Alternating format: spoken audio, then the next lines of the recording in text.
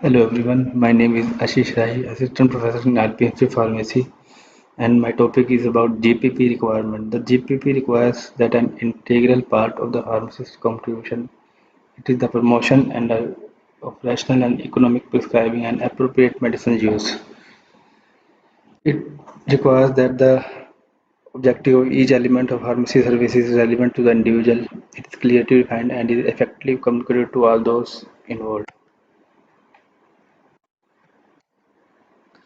The main elements of GPP is the health promotion of patient and the ill health prevention and the supply and the use of prescribed medicine and other healthcare products and the self-care and the influencing prescribing and medicine use. The GPP standard for the premises it should be adequate premises from which to provide service, that is the requirements are the clean, tidy and hygienic conditions.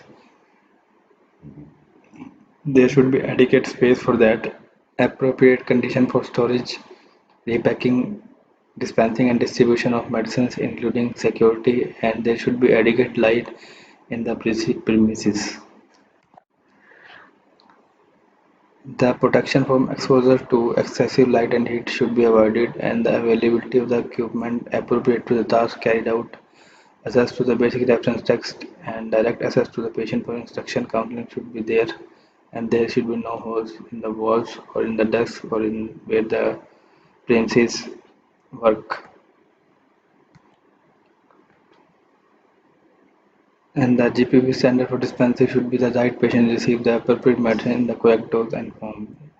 It is there should be the read the prescription, or is it legal, or who is it for adult, child, or elder patient, or what is the name of the preparation, and what are the instructions for the patient, and what in which quantity the drug should be dispensed to the patient.